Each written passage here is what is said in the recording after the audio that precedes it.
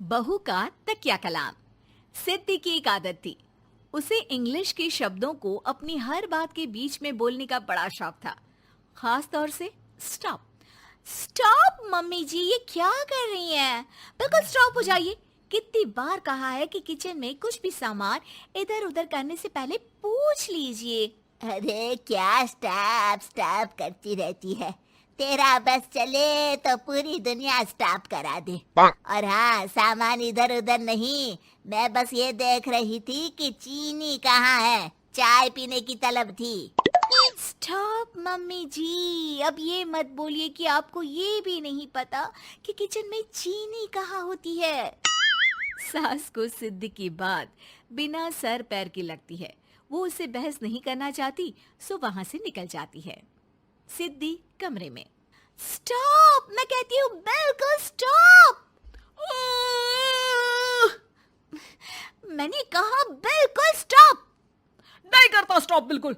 अरे यार, बिजली की वायर जोड़ रहा था, तुमने स्टॉप होने के लिए बोला और ये देखो क्या हुआ, करंट लग गया। अब करंट लगने पर चिल्ला रहा हूं तो भी स्टॉप। अरे चाहती क्या हो तुम? स्टॉप, मैं क्या चाहती हूँ? अरे अब कैसे स्टॉप हो जाऊं? मेरा मतलब है स्टॉप स्टॉप। सिद्धि फिर चली जाती है सब्जी वाले के पास।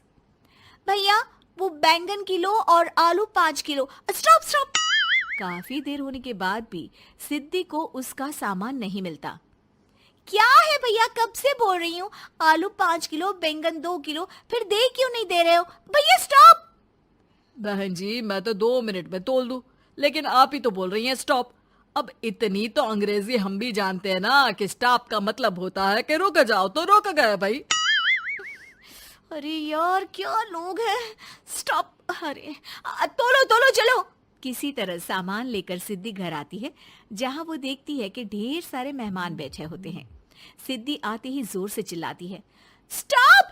आप यहाँ सब कैसे? अरे अब कैसे स्टॉप हो जावे बहू, जितना आना था आ गए हम। अब हाँ, बैठिए ना। सासू माँ, आप बात करिए, मैं चाय बनाकर ला रही हूँ। सभी बात करने में लग जाते हैं कि तभी सिद्धि किचन से निकल कर आ जाती है। Stop stop. अरे क्या खाएंगे आप लोग? पकौड़ी बना दूं या चीला, या फिर इडली बना दूं? अरे जो मर्जी बना दो, बस ले आओ जल्दी से बहू, इन लोगों को निकलना है, कोई जरूरी बात करने आए हैं। अच्छा अच्छा, स्टॉप। सिद्धि स्टॉप वाला अपना तकिया कलाम बोलकर निकल जाती है, लेकिन थोड़ी देर बाद जब वो कमरे में चाय नाश्ते के साथ आती है तो जरूरी बात हो गई आप लोगों की, या मेरे डर से शांत हो गए कि चुप हो जाओ चुप हो जाओ, सिद्धि आ गई है। बोलिए ना। बस जैसे ही सिद्धि ने कहा बोलिए ना, घर में चकर पकर की आवाज गूंजने लगती है। अरे तुम स्टॉप क्या बोल कर गई, सभी शांत हो गए, अब बात शुरू करेंगे। हाँ भाई, बहू तुम वो स्टॉप बोल कर गई तो हम लोगों को लगा कि शायद तुम भी सुनना चाहती हो कि हम लोग क्या बात कर रहे हैं। फिर जो मेहमानों की बात शुरू होती है वो घंटों बीत जाते हैं, चलती ही रहती है। अरे तेरे स्टॉप के चक्कर में दोपहर हो गई, अब जाकर सबके लिए जा खाना बना कर लिया। तभी स्टॉप नहीं बोला होता तो अब तक बात खत्म हो चुकी होती। बेचारी सिद्धि करती भी क्या, खुद के स्टॉप बोलने की आदत से खुद ही परेशानी मोल लेती है।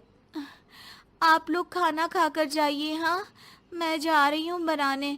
मम्मी जी, लेकिन स्टॉप, मैं ना खाना बना कर लाती हूँ।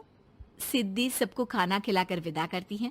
पूरी तरह से थक चुकी सिद्धि शाम को पार्क में वॉक करने जाती है। स्टॉप यार, आज तो मैंने बहुत खा लिया, पेट लग रहा है कि फट ही जाएगा। सहेली एक जगह खड़ी होकर सिद्धि की बातें सुनती है। सिद्धि उसे दिन भर की सारी बातें कहती हैं। स्टॉप यार स्टॉप, चल मैं घर जा रही हूँ। सोचा था थोड़ा वॉक कर लूंगी, पेट हल्का हो जाएगा। सारा दिन काम कर करके थक भी गई थी, लेकिन यार तेरे कारण बस खड़ी ही रह गई। वैसे तो पार्क करने क्या आई थी? और यार बड़ी अजीब लड़की है, मैंने कितनी बार बोला कि मैं वॉक पर आई थी, लेकिन तू स्टॉप स्टॉप बोलकर रोक लेती थी मुझे। यार प्लीज अब तू जा, मैं वॉक करके ही घर जाऊंगी। ओ यार, वो स्टॉप तो मेरा तकिया कलाम है। घर के सभी लोग सिद्धि के स्टॉप से परेशान थे।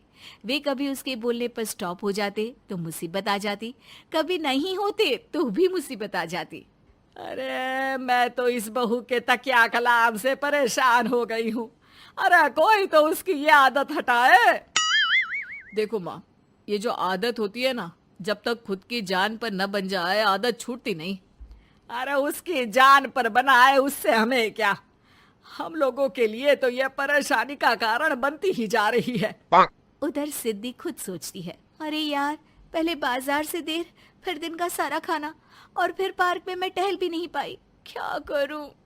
इस तकिया कलाम के कारण मैं खुद ही परेशानी झेल लेती हूँ। एक काम करती हूँ, आज से सोच समझकर बोला करूंगी। बहू स्कूटी उठाती है और निकल जाती है, लेकिन जैसे ही वो बीच चौक पर पहुंचती है, स्कूटी फिसल जाती है और वो नीचे गिर जाती है। हाय रे, कोई तो बचाओ, किसने टक्कर मार दी मुझे? कितना दर्द हो रहा है, कोई तो डॉक्टर के पास लेकर चलो। स्टॉप। बस जैसे ही बहू स्टॉप बोलती है, सारे वहीं रुक जाते हैं। बड़ी घमंडी औरत है, एक तो हम बचा रहे हैं, ऊपर से देखो स्टॉप बोल रही है। स्टॉप, कोई नहीं है क्या इस पूरे शहर में? बहू अपने तकिया कलाम की रट लगा कर रखती है। स्टॉप, कोई है? कोई स्टॉप? लोग उसकी मदद के लिए आगे तो आते हैं, लेकिन जैसे ही उसका तकिया कलाम सुनते हैं, वहां से निकल जाते हैं। तभी कहीं से उसका पति लौट रहा था। वो बीवी को रास्ते में पड़ा देख हैरान रह जाता है। अरे तुम यहाँ, कितनी चोट लगी है तुम्हें? पति आसपास खड़े लोगों पर गुस्सा हो जाता है। आप लोगों को दिखाई नहीं दे रहा कि मेरी बीवी को चोट लगी है? कोई भी नहीं है जो उसे उठाकर बिठा सके? अरे भाई साहब, कोई क्या मदद करे इस महिला की? और इतनी घमंडी है, जब भी इन्हें उठाने की कोशिश करो स्टॉप स्टॉप बोल देती है। स्टॉप! ये क्या बोल रहे हैं आप लोग? मैं पिछले आधे घंटे से दर्द सह रही हूँ। स्टॉप! पति समझ जाता है कि मामला क्या है। वो सर पर हाथ रख लेता है, लेकिन जल्दी ही बीवी को डॉक्टर के पास ले जाता है। ओह, इन्हें तो बहुत ज्यादा चोट लगी है। आप लोगों ने इन्हें लाने में कुछ ज्यादा ही देर कर दी है। रुकिए, मैं चेक करता हूँ। डॉक्टर जैसे ही बहू के पास पहुँचता है। हाँ तो मैम, कहाँ चोट लगी है आपको? यहाँ? स्टॉप! डॉक्टर देखते देखते अचानक रुक जाता है। अब भी स्टॉप? अरे नहीं नहीं डॉक्टर साहब, अब तो सपने में भी स्टॉप नहीं बोलूंगी।